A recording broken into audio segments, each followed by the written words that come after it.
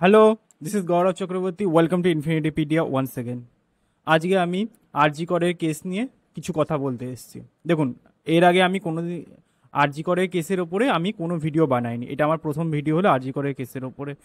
একটা নৃশংস হত্যাকাণ্ড এবং জঘন্য একটা ঘটনা, যেটা পুরো ওয়েস্ট বেঙ্গল তথা ভারতবর্ষকে ইনক্লুডিং পৃথিবীর মধ্যেও আমি অনেক আউটরেজ দেখতে পেয়েছি। মুশকিলটা তখন হয়ে যায় যখন আপনার হলো হচ্ছে খুবই রেসপন্সিবল, হ্যাঁ আমি এটা দায়িত্ব নিয়ে বলছি, খুবই রেসপন্সিবল আপনার হলো হচ্ছে মিডিয়া আউটলেটগুলো তাদের দায়িত্ব সম্পূর্ণভাবে পালন করে না, স্পেশালি ইনফরমেশন দিতে।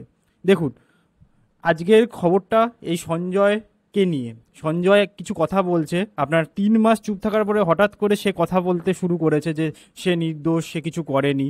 তো সেই নিয়ে এবং একটা খবর যেটা আপনার হিন্দুস্তান টাইমসে দেখা গেছে, সেই খবরটা নিয়ে আমি আজকে কথা বলবো। এবং একটা মিস ইনফরমেশন নিয়েও কথা বলবো, যেটা সব জায়গায় আমি দেখছি, অনেক জায়গায়, ম্যাক্সিমাম জায়গায় দেখছি। তো চলুন শুরু করা যাক। তো দেখুন, এ হলো হচ্ছে সঞ্জয় রায়, এ হলো সঞ্জয় রয়। সবাই একে চেনে, সবাই এই নৃশংস মুখটাকে চিনেছে। তো এর মধ্যে বলার কিছু নেই। মুশকিলটা কি জানেন তো, এর যে নাম সঞ্জয়, সেটা ঠিক আছে, বাট সমস্যাটা অন্য জায়গায়। সমস্যাটা হলো হচ্ছে অনেক নিউজ আউটলেট আছে, অনেক মধ্যে আমি বলতে পারি অলমোস্ট 80% নিউজ আউটলেট আছে যারা একে বলছে সঞ্জয় রয়। সঞ্জয় রয়, আমি যদি এখানে একটু ভালো করে লিখে দিই সঞ্জয় রয়, কিন্তু আমি বলছি এর নাম হলো হচ্ছে সঞ্জয় রায়। আর এ আই, এ হলো হচ্ছে এর আসল নাম সঞ্জয় রায়, নট রয়। এইটা ডেলিভারেটলি আমি বলবো, আমি জানি না ডেলিভারেটলি করছে না ভুলভাবে করছে, কি করে করছে আমি জানি না, কিন্তু এর নাম সঞ্জয় রয় নয়, এর নাম সঞ্জয় রায়। এবং আমার কাছে সোর্স আছে, এবং সোর্স আমি যে সে সোর্সের থেকে আমি আপনাকে দেখাবো না, গভর্নমেন্ট অফ ইন্ডিয়ার ওয়েবসাইট আছে, যেটা লিঙ্ক আমি ডেসক্রিপশনেও দিয়ে দেবো, সেইখান থেকেও আপনারা চাইলে পড়ে নেবেন।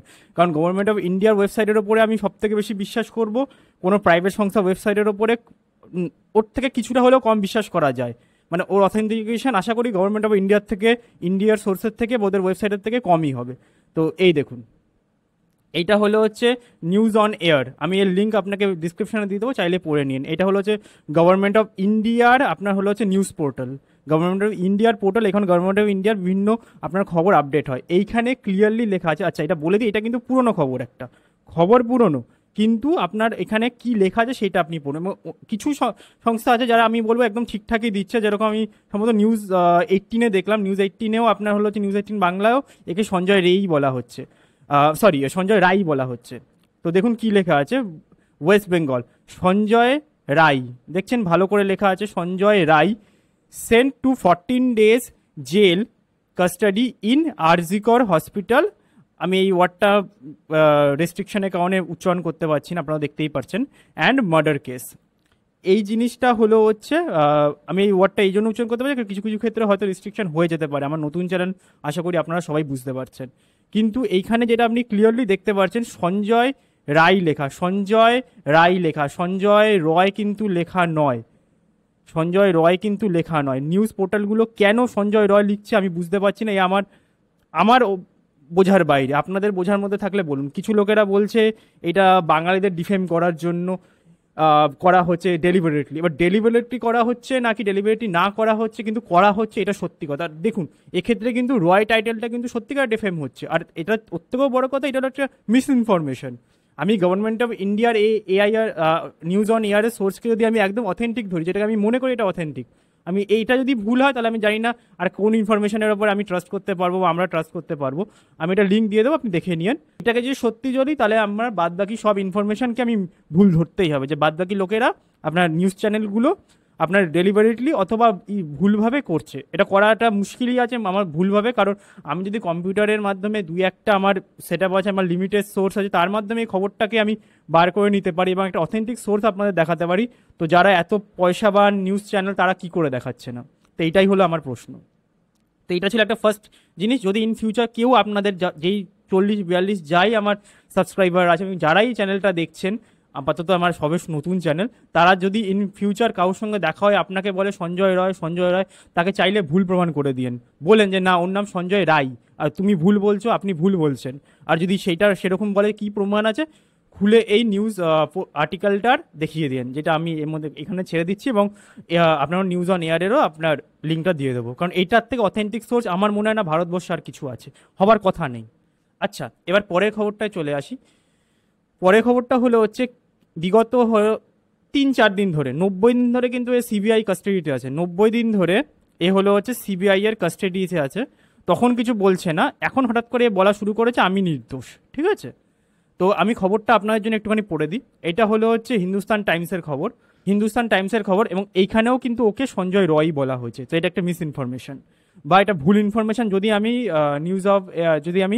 নিউজ অন এয়ারের খবরকে সত্যি ধরি, তো ইনফরমেশনটাকে সত্যি ধরি। তার একটু পড়ে নেওয়া যাক। এবং সিবি আনন্দ বোস, যে আমাদের বর্তমানে হলো হচ্ছে রাজ্যপাল, সে কি বলছে এই ব্যাপারে একটু খবরটা পড়ে দেওয়া যাক।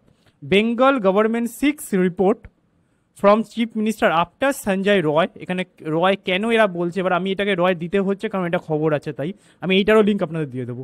Made a big allegation against ex Kolkata top cop. Allegation এনেছে যে ওকে ফাঁসিয়েছে। কে ফাঁসিয়েছে, কি ফাঁসিয়েছে, আমি খবরটা একটু করে আপনাদের জন্য পড়ে দিচ্ছি, বাকিটা আপনারা সোর্সের থেকে পড়ে নিন, আমি লিঙ্ক দিয়ে দেবো। আর এবং আমি আমার মতটাও বলে দিচ্ছি এখানে কি আছে। West Bengal governor CV Ananda Bose on Tuesday evening ask for report from chief minister Mamata Banerjee on RG Kar hospital murder case. আর এই ওয়ার্ডটা আমি উচ্চারণ করতে পারছি না বিকজ অফ দি রেস্ট্রিকশন। আপনি জানেন আশা করি এইসব ওয়ার্ড ব্যবহার করা যায় না। এবার আমি অতটাও গাইডলাইন্স নিয়ে, আমি সম্পূর্ণ নতুন চ্যানেল, তাই আমি একটুখানি আমি এই জিনিসটাকে আপনি রেস্ট্রিক্ট হয়ে চলছি। After the prime accused Sanjay Roy alleged that he had been framed and he had been framed and former Kolkata Police Commissioner Vinit Goyal is involved in the case. এই কেসটার মধ্যে বিনীত গোয়েল যে ইনভলভড আছে, এটা সঞ্জয় রায় আপনার অ্যালিগেট করছে, আপনার বলছে। Sanjay Roy claimed that the Vineet Goel has conspired, মানে কনস্পিরেসি করেছে, the entire case against him. এইটা পুরো কেসটাই ওর এগেনস্টে সাজিয়েছে। ঠিক আছে, এটা ভালো কথা, এটা ও বলেছে। দেখুন, হতে পারে না এই কথাটা আমি কখনোই বলবো না। হতে পারে এটা একটা কনস্পিরেসি। এর আগেও হয়েছে যে ছোট ছোট লোকেদেরকে, গরিব লোকেদেরকে ফাঁসিয়ে বড় স্বার্থ চরিতার্থ করার জন্য অনেক লোককে ফাঁসানো হয়েছে। এটা নতুন কিছু না, এর আগেও হয়েছে। কিন্তু আমার 2-3টে প্রশ্ন আছে, এটা আপনারা একটুখানি মন দিয়ে শুনুন। যদি কোথাও ভুল মনে হয় আপনারা কমেন্ট সেকশনে আমাকে ঠিক করে দেবেন। প্রথম প্রশ্ন, এই কেসটা শুরু হবার, আমি যদি ভুল না হই, 7 দিনও বোধহয় হয়নি, 5 থেকে আপনার হলো হচ্ছে খুব বড় 6 দিনের মাথায় এই কেসটা আপনার সিবিআই এর কাছে ট্রান্সফার হয়ে গেছিল। সিবিআই এর কাছে এই কেসটা ট্রান্সফার হয়ে গেছে। তারপরের থেকে কলকাতা পুলিশ এই কেসের মধ্যে আপনার ইনভলভ ছিল না। বলা হয়েছিল যে কলকাতা পুলিশ আপনার হলো হচ্ছে অনেক প্রমাণ লোপাট করছে, ওদের ইনভেস্টিগেশন প্রসেস ঠিক নয়, এই অ্যালিগেশন করা হয়েছিল, এবং সম্ভবত আপনার হাইকোর্ট আপনার হলো হচ্ছে এই জিনিসটাকে সম্পূর্ণ সিবিআইকে ট্রান্সফার করে দিয়েছে। ভালো কথা। তারপরের থেকে অলমোস্ট 90 ডেজ আপনার কেটে গেছে। 90 ডেজ আপনার হলো হচ্ছে কেটে গেছে, এবং এই 90 ডেজের মধ্যে ও কিন্তু কোনো কিছু বলেনি, চুপ ছিল, বলছে না। অ্যাটিটিউড দেখাচ্ছে, অনেক জায়গায় খবর পেয়েছি ও নাকি খাবেও না, বলছিল এই খাবো না, সেই খাবো না, এই খাবো না, মানে নবাবের মতন কথাবার্তা বলছিল। তো সব কেটে যাওয়ার পরে হঠাৎ করে যখন থেকে ট্রায়াল শুরু হয়েছে, ও চিল্লানো শুরু করেছে আমি কিছু করিনি, আমি কিছু করিনি, কলকাতা পুলিশ কমিশনার আমাকে ফাঁসানোর চেষ্টা করছে, এই করছে সেই করছে। ভাই, তাহলে তুমি 90 দিন চুপ কেন ছিলে? আমার একটা প্রশ্ন, 90 দিন তাহলে তুমি চুপ কেন ছিলে? আচ্ছা, এবার অনেকে হয়তো বলবে যে তা ওকে নাকি থ্রেট করা হয়েছে, ও হতে পারে তার ফ্যামিলিকেও মেরে দেওয়ার হুমকি দেওয়া হয়েছে। ভালো কথা, এগুলো হয়েছে, তাহলে এখন কেন হয়নি? এই মুহূর্তে দাঁড়িয়ে যদি ধরলাম আমি 90 দিন তুমি চুপ ছিল, তোমার ফ্যামিলিকে মেরে দেওয়ার হুমকি দেওয়া হয়েছে, হঠাৎ করে তোমার ফ্যামিলির উপরে থ্রেটটা চলে গেল, বা 90 দিন তুমি চুপ কেন ছিলে, এই যে জিনিসটা, এইটার তো তুমি কোনো ক্ল্যারিফিকেশন দিতে পারছো না। দেখুন, এর মধ্যে আমি যেটা আগেও বলেছি এখনো বলছি, যে হঠাৎ করে ফাঁসির ভয়, মৃত্যুদণ্ডের ভয় হয়তো এরকম করতেই পারে। ও এটা না করা কি, প্রাণের ভয় সবাই আছে, প্রথম প্রথম অ্যাটিটিউড সবাই দেখায়, কিন্তু শেষের দিকে যখন প্রাণের ওপরে চলে আসে সবাই চুপ হয়ে যায়। প্রাণের ভয় সবার আছে। এবার বিষয়টা হলো হচ্ছে এই, যে হঠাৎ করে 90 দিন পরে ও ও অন্যকে বলছে অ্যালিগেট করছে যে ও করেছে, আমি করি না, আমি নির্দোষ, তাহলে 90 দিন তুমি চুপ কেন ছিলে? এটা হলো প্রথম কথা। এই যে জিনিসটা ও বাইরে মিডিয়ার মধ্যে বলছে, এই জিনিসটাকে কোর্টের মধ্যে বলছে, কোর্টের মধ্যে বলতে পারবে, কোর্টের মধ্যে প্রমাণ করতে পারবে, সেটা হলো সব থেকে বড় বিষয়। কোর্টের মধ্যে যদি প্রমাণ করতে পারে তাহলে মানতে হবে যে একটা বিশাল বড় আপনার সিস্টেম ফেলিওর। এবার আমার পার্সোনাল মত এইটাই যে মানুষ প্রাণের ভয়ে অনেক কিছু করে। নৃশংস হত্যাকাণ্ড ঘটানোর পরে অবভিয়াসলি ওর মৃত্যুদণ্ডের থেকে কম কিছু হবে বলে আমার তো মনে হচ্ছে না, হওয়া উচিতও না। তো প্রাণের ভয়ে হয়তো এটা করতে পারে, এটা করতেই পারে, এটা আমার পার্সোনাল মত। আপনাদের মত অবশ্যই এর থেকে আলাদা হতে পারে। হয়তো কনস্পিরেসি হয়েছে, তুমি 90 দিন কেন চুপ ছিলে, এইটা হলো সব থেকে বড় ফ্যাক্ট। 90 দিন পরে হঠাৎ করে তুমি বলছো, তোমার ভয়টা কেন কেটে গেল? যদি 90 দিন চুপ ছিলে কোনো পার্টিকুলার কোনো ভয়, তো 90 দিন পর যে তোমার ভয়টা কেটে গেল, সেই ভয়টা কেটে যাওয়ার পেছনে কারণটা কি, এইটাও তোমাকে বলতে হবে। তো আমার যা মত ছিল, আমার যা বক্তব্য ছিল এই কেসটার উপর আমি বলে দিলাম। মিস ইনফরমেশন অনেক জায়গায় হচ্ছে, কোনটা অথেন্টিক সোর্স কোনটা অথেন্টিক সোর্স না, এটা বোঝাটা একটুখানি বর্তমানে চাপ হয়ে গেছে। আপনি দেখতে পাচ্ছেন, আমি দুটো লিঙ্কই আপনাকে দিয়ে দেবো, আপনারা দেখে নিন। এবং নিউজ অন এয়ারের আপনি খবরটাকে পড়তে পারেন, এটা গভর্নমেন্ট অফ ইন্ডিয়ার ওয়েবসাইট, তো আশা করা যায় এইটা অথেন্টিক সোর্স হিসেবে আপনি গণ্য করতে পারেন। আর যেখানে যেখানে দেখবেন যে এখানে লেখা সঞ্জয় রয়, মনে রাখবেন ওই জিনিসটা যদি আমি নিউজ অন এয়ারের খবরটাকে যদি সত্যি ধরি, যেটা গভর্নমেন্ট অফ ইন্ডিয়ার ওয়েবসাইট, তাহলে বাদ বাকি জায়গায় ভুল দেখাচ্ছে।